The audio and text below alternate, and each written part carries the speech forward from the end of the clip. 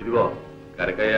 అయ్యా అయ్యా, ఈ చేతులు నలుపుకోవడం కాదయ్యా, నాకు కావాల్సింది చెప్పినది చెప్పినట్టు చేయడం. చేస్తూనే ఉన్నా కదయ్యా పోషయ్య గారు. ఏం చేస్తున్నావయ్యా? నీ చేతగారి తరానికి రాగావారు నన్ను అక్కడి నుంచి జాడించేస్తున్నాను. అయ్యగారు గ్రామానికి అధికారులు, ఆటపడని మానవంతులు. రామరామ, ఈ రాంభద్ర లాభం లేదు కనకయ్య. ఇవాళకి డబ్బు పంపాలి. ఇవాళ కప్పమంత సమ కావాల్సిందే. బకాయిలు చిల్లికి ఇవ్వడానికి వీల్లేదు. అంతా వసూలు చేయాల్సిందే. చేయకపోతే మర్యాద దక్కదు. చేస్తా, వస్తా. మన కత్తికి 2 వైపులా పొదలు.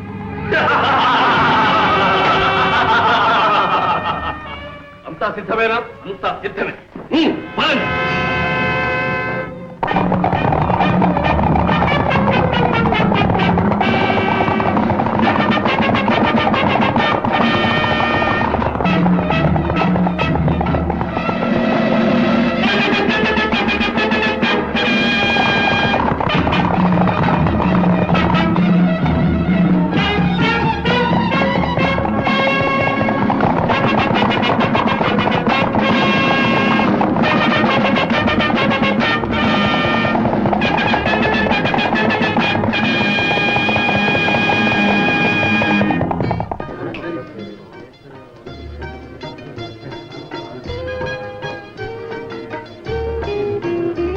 యాభై 54, 55, 56, 57, 58, 59, 60. అప్పడాల అప్పల స్వామి 60. చెమరాయవయ్య చెమ్మయ్య నామహం చూస్తా.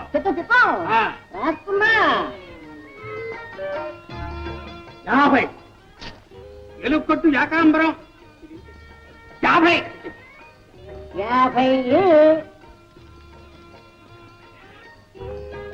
చెమ్మయ్య, చిన్నప్పుడు ఓ సిద్ధాంతి నా చేయి చూసి, వీడు లక్ష్మీపుత్రుడు, వీడింతే, వీడి చేతి మీద లక్షలు లక్షలు నడుస్తాయి అన్నాడు. అలాగే నడుస్తున్నాయిగా. నడుస్తున్నాయి. సరాసరి దివాణం బొక్కసంలోకి నడుస్తున్నాయి. వీడింతే. పచ్చి పులుసు పరంధామయ్య, గత బాకీ 30, ఈ ఏటికి 70, మొత్తం 100. ఇదిగో ఈ 50 జమ కట్టుకో కనకయ్య. ఏమిటి? చాలా ఇబ్బందుల్లో ఉన్నాం. పైగా ఈ ఏడు దెబ్బ మీద దెబ్బ. మా ఆవిడ పురుడు, అబ్బాయి పెళ్లి, అత్త చావు. మా సాగు ఎవరితో చెప్పుకోమన్నావయ్యా? బాకీలన్నీ మొత్తం పూర్తిగా వసూలు చేయకపోతే మర్యాద దక్కదని మన పూషయ్య మరీ మరీ నొక్కి చెప్పాడు. ఇది ఇంతే. లాభం లేదు, డబ్బు మొత్తం జమ కట్టాల్సింది. ఊరుకోవయ్యా, నిన్నెవడు అడిగాడు? ఎవరిని అడిగినా ఒకటేనయ్యా, డబ్బు మొత్తం జమ కట్టు. నా దగ్గర లేదు మొర్రు అంటుంటే. లేకపోతే మొహానికి ఇంత మసి పూసుకుని చుట్టుకర్ర పుచ్చుకొని బయలుదేరు. ఎవడ బుర్రైనా బతలకూడదు.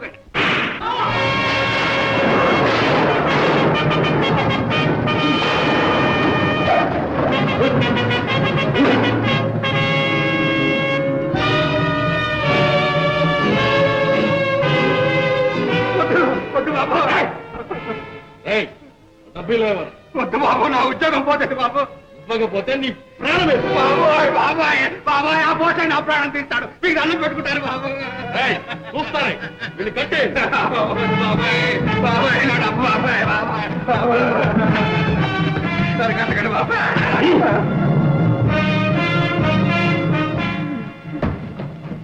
ఒరే బాబు, కట్టేదేదో కాస్త గట్టిగా బిగించి కట్టండి రా. లేకపోతే ఆ పోసే పీరుకు ఆ డబ్బు నేనే ఎత్తుకుపోయినంటాడు. ఇంతే.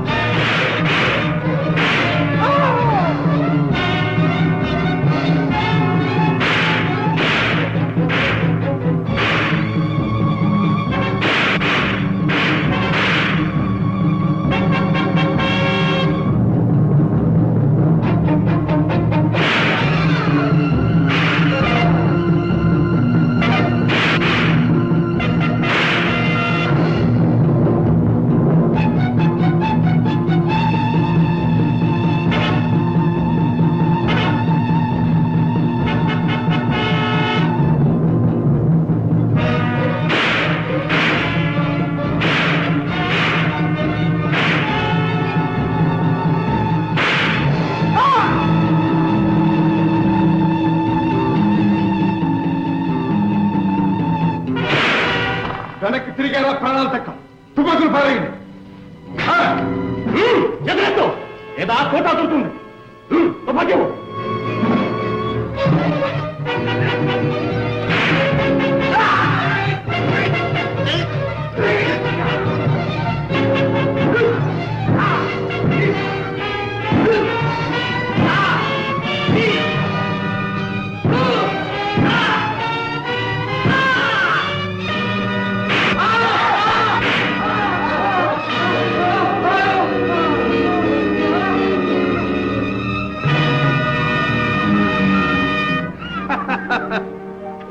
జయం మనదే రక్షించావు రాజా సమయానికి వచ్చావు లేకపోతే వాళ్ళు డబ్బంతా కొల్లగొట్టి ఉండేవారు నా ఉద్యోగం ఊడిపోయి ఉండేది పారిపోయారా దొంగలు ఆ దొంగ గాడిదలు నన్ను కట్టేస్తూ ఉంటే చూస్తూ ఊరుకుంటావా నేనెక్కడ చూశాను గురువా అప్పుడు మూతిని కాళ్ళు ఇప్పుడేగా తెరిచాను ఉద్ధరించాం డబ్బంతా పోగు చేయి అలా చూస్తారా పోగు చేయండి రాజా గొప్ప ఆపద నుంచి కాపాడి వెళ్ళిన పని ఏమైంది నేను వెళ్తాం పని కాకపోవటమా ఇదిగో వసూళ్ళు ఇది సిద్ధాపురంది ఇది పచ్చిపాడుది లెక్క చూసుకో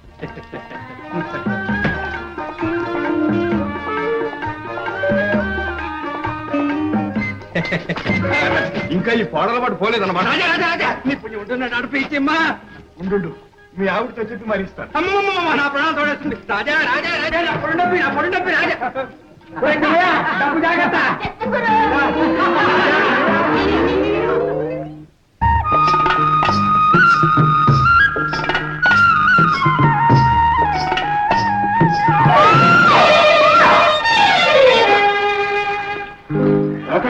నువ్వా దెబ్బ తగిలిందా ఏటి పైన పడి పైగా దెబ్బ తగిలిందని అడుగుతున్నావా చూడలేదు రాత ఏ కళ్ళిపోయాయా కళ్ళిపోయా నీ కళ్ళున్నాయిగా చారదేసి నువ్వు చూడక్కర్లా ఎదురొచ్చేవాడు నీ కనపడలా నా నెత్తి మీద మోపుంది ఎట్లా చూసేది నువ్వు చూడకపోతే నాదే తప్పు తర్వాత తాపిగా తగులు కానీ నా పొడి డబ్బి రాజా ఓడికేసుకెళ్ళగా రాదమ్మా ఎందుకమ్మా ఈ పచ్చాకులు ఈ పచ్చాకుల మా ఇంట్లో ఉందిగా ఒక గుర్రె పోతు దాన్ని మేపడానికి నేను గొర్రెపోతు నుంచి నువ్వు బర్రె పడ్డవా ఓయ్ బావా ఏ మరదలా సిగ్గు లేకపోతే సరే. ఎందుకు? నడి వీధిలో చిన్న పిల్లాడ్లా కుప్పి గంతులేంటి పెళ్ళై ఉంటే ఈ పాటికి 10 మంది బిడ్డల తండ్రి అయ్యేవాడివి అవునవును ఆ 10 మంది బిడ్డలు నువ్వేగా కని ఉండేదానివి ఏది ఇంకోసారేను 1,00,000 సార్లు అంటాను ఏటి రాజా రాజా రాజా నా డబ్బి నా డబ్బి నా డబ్బి ఇంటికడిస్తాను బామరదల సరసం బజారున పడింది ఈ మోపు నా నెత్తిన పడింది ఇది ఇంతే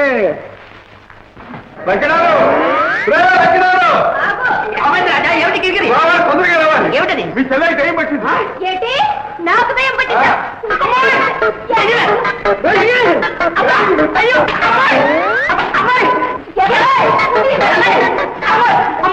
ఏమిటమ్మా నీకు నిజంగా కిరికిరి పట్టిందా ఏమిటి అడుగు ఆ సంగతి అతగాడిని అడుగు ఏమిటయ్యా కిరికిరి ఏముంది వడ్ల గింజలో బియ్యపు గింజ అమ్మాయిని రెచ్చగొట్టాడు రెమ్మొచ్చుకుని వెంటబడింది అదా మధ్యలో నన్ను రేవు పట్టిందమ్మా రాదా ఇదిగో అన్నయ్య ఇప్పుడే చెప్పేస్తున్నాను బావ నాతో మోట సత్తా ఆడాడు చూడు ఏం చేస్తాను మధ్యలో నేను తప్పున్నాను ఇదిగో లక్షణాలు ఇద్దరికి తొందరలో ముడిపెట్టాయి అందరం కలిసి సుష్టిగా ఫోన్ చేద్దాం ఫోన్ చేద్దామా బాబు బాబు ఏమిటి నా పొడుండబ్బి బాబు వెళ్ళాలి తొందరగా భోజనం అవునవును అక్కడ ఉంది కానీ కిరికిరి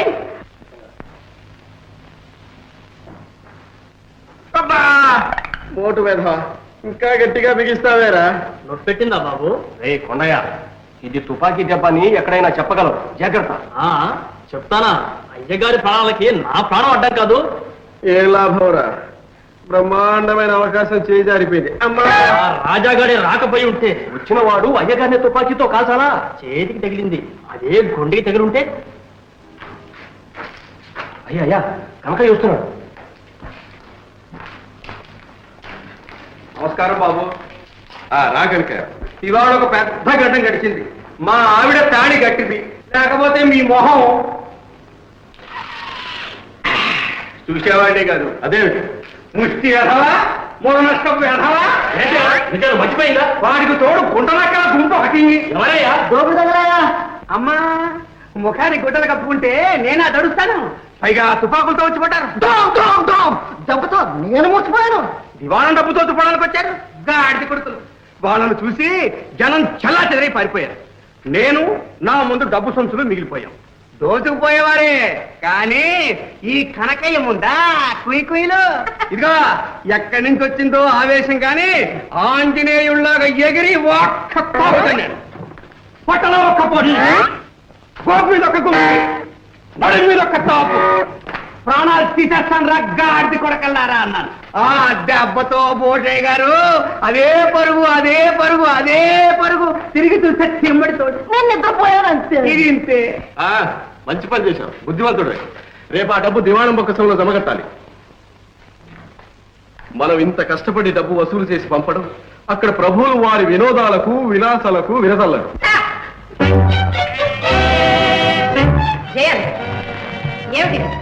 ఏమిటిదంతా?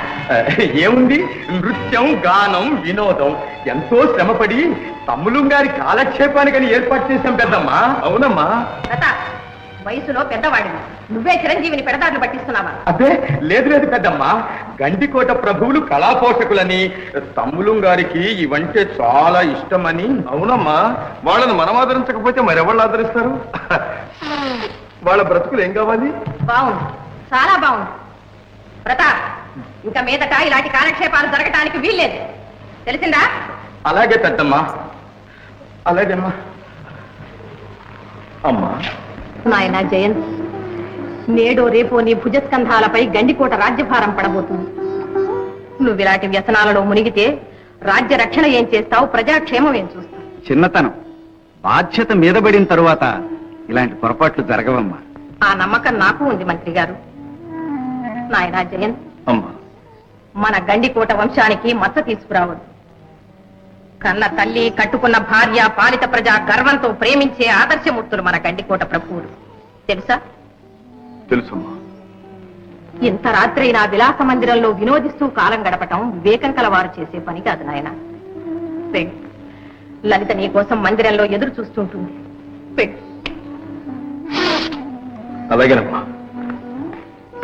మంత్రి గారు, చిత్తం. ఇక మనం జాగు చేయటం మంచిది కాదు. వెంటనే చిరంజీవికి పట్టాభిషేకానికి ఏర్పాట్లు చేయించాలి. అదే సరి అయిన ఆలోచన, అందుకు తగిన ఏర్పాట్లు చేద్దాం. మంచిది.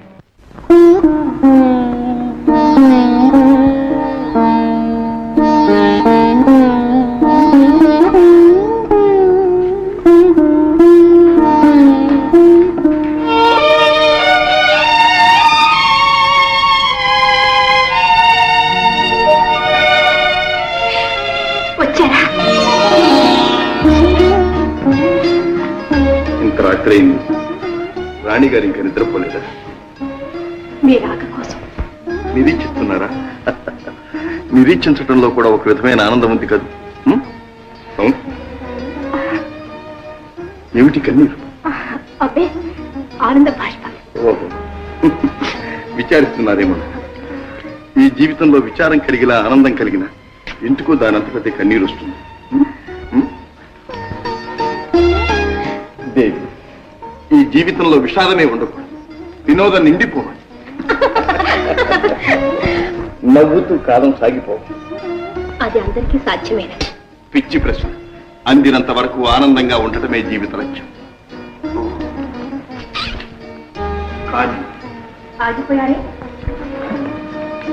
మా అమ్మగారికి నా మీద ఆగ్రహం కలిగినట్టు, ఏ శుభముహూర్తానో పట్టాభిషేకం చేసి నా స్వేచ్ఛను అరికడతారేమో అని అనుమానంగా ఉంది. అదేమిటి అలా అంటారు? జీవితం అంతా విచ్చలవిడిగా ఇలా విలాసాలలోనే గడిపేదామని భావిస్తున్నారా? అలా గడపగలిగితే నేను ఎంతో అదృష్టవంతుడు, ఎంతో అదృష్టవంతుడు. ఏడుస్తాడు ఎందుకు? మీరు ఇలా అంటుంటే నాకెంత బాధగా ఉందో మీకే తెలుసు. ఉన్నమాట సంతోషిస్తారనుకున్నా, బాధపడతారనుకున్నా. లేదు లేదు, మీ చిత్తం వచ్చినట్లు ప్రవర్తించండి. మీరు సంతోషంగా ఉండడమే నేను కోరేది. మీ ఆనందమే నా ఆనందం. ఎంత అమాయకురాలు. ఈనాటికి మా పెద్దమ్మ గారు నా పాలిటి పెద్దమ్మై కూర్చున్నారు. జయంతు నేను కలిసి ఉండడం ఆమెకు కన్నెరగా ఉంది. కారణం మామూలుగా అర్థంలా కనిపిస్తూనే ఉంది ప్రభు. యువరాజు గారిని తమరు విషయలోలుగా మార్చేస్తున్నారని మహారాణి గారు మామూలుగా పసికట్టేశారు. అందుకే కాబోలు యువరాజుకు రాజ్యాభిషేకం చేయాలనే నిర్ణయానికి వచ్చారు. రాజ్యాభిషేకం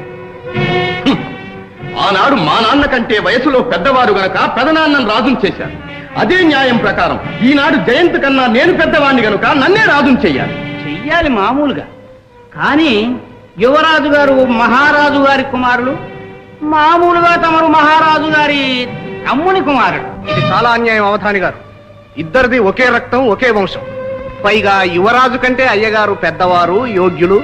కానీ మామూలుగా జ్యేష్ఠుని సంతతికే రాజ్యాభిషేకం అనే పాడు ఆచారం ఏది ఒకటి ఏడ్చిందిగా మామూలుగా మనకి. ఆ దురాచారాన్ని రూపుమాపుతాను.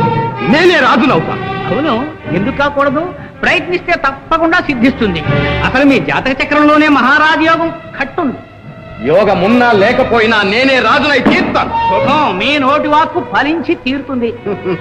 మీ వంటి మహావీరులు, శక్తివంతులు రాజైతే మామూలుగా ప్రజలు తరించి పోతారు, రాజ్యం పడిపోతుంది, బాగుపడిపోతుంది.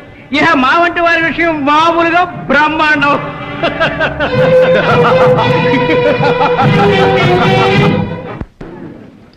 అయ్యా, ఉగాది ఉత్సవాల సందర్భంలో ఇక్కడ చెడుగుడు పోటీ జరగబోతోంది. ఇది మన గ్రామాధికారి భూషయ్య గారి జట్టు. ఇదంతే గండభేరుండ జట్టు. దీంతో పోటీ చేయదలుచుకున్న వాళ్ళు ముందుకు రావచ్చు. మా జట్టు ఉంది. మీ జట్టు పేరు? గజిబిడి గజబిడి జట్టు, ఇది ఉడుం పట్టు జట్టు. రాజా, భూషయ్య జట్టు సంగతి నీకు తెలుసు. అందరూ మెలికలు తిరిగిన ఆటగాళ్ళు. వాళ్ళతో పోటీ పడి అవమానం పాలవుతారు. మాది రావదండు జట్టు. గోదావరిలో దిగమనండి, అప్పుడు తెలుస్తుంది.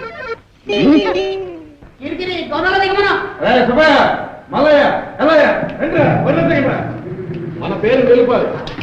గెలిచారా ఒక్కొక్కరికి 100 వరహాలు. వదలట్టండి.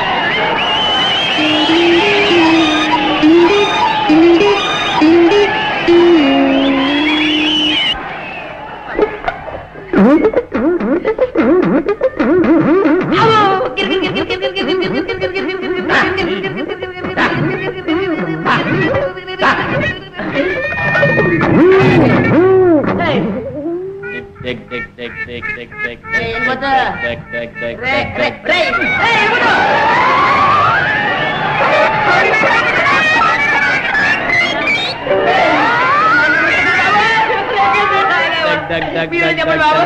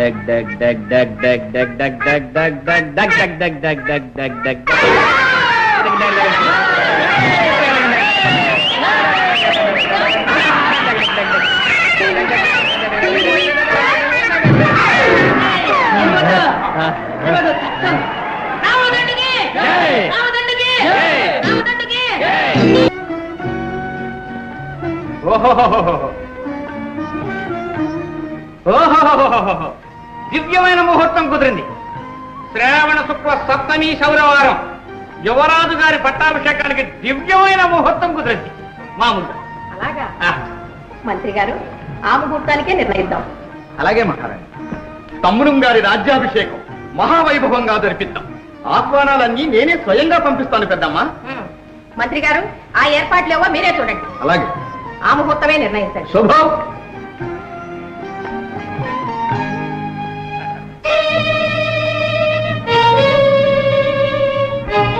అల్లుడు వచ్చేదాకా అమావాస్య ఆగదు.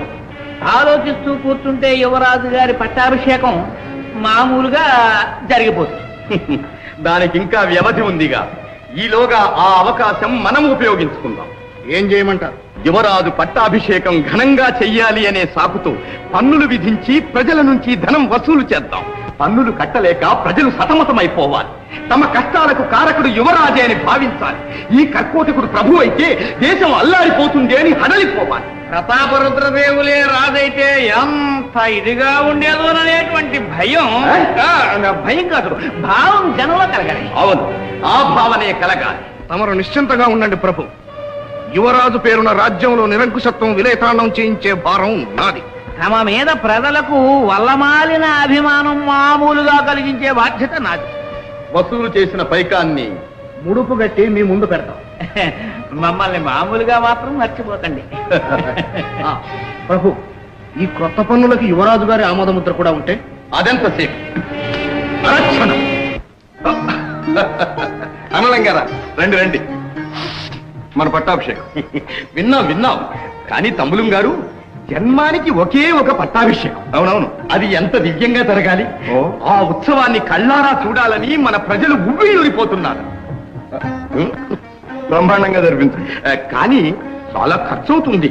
ఎంతైనా పర్వాలేదు. అమ్మగారిని అడిగి ఎందుకు? మేమిస్తామని ఆనందంతో ప్రజలు ముందు కురుకుతుంటే మన కోశాగారంలో నుంచి ఎందుకు ఖర్చు చేయాలి తమ్ములం గారు? అహో, మా ప్రజలకు మా మీద ఎంత అభిమానం. అయితే వెంటనే వసూలు చేయండి. మరి ఈ పత్రం మీద మీ ఆమోద ముద్ర వేస్తాం.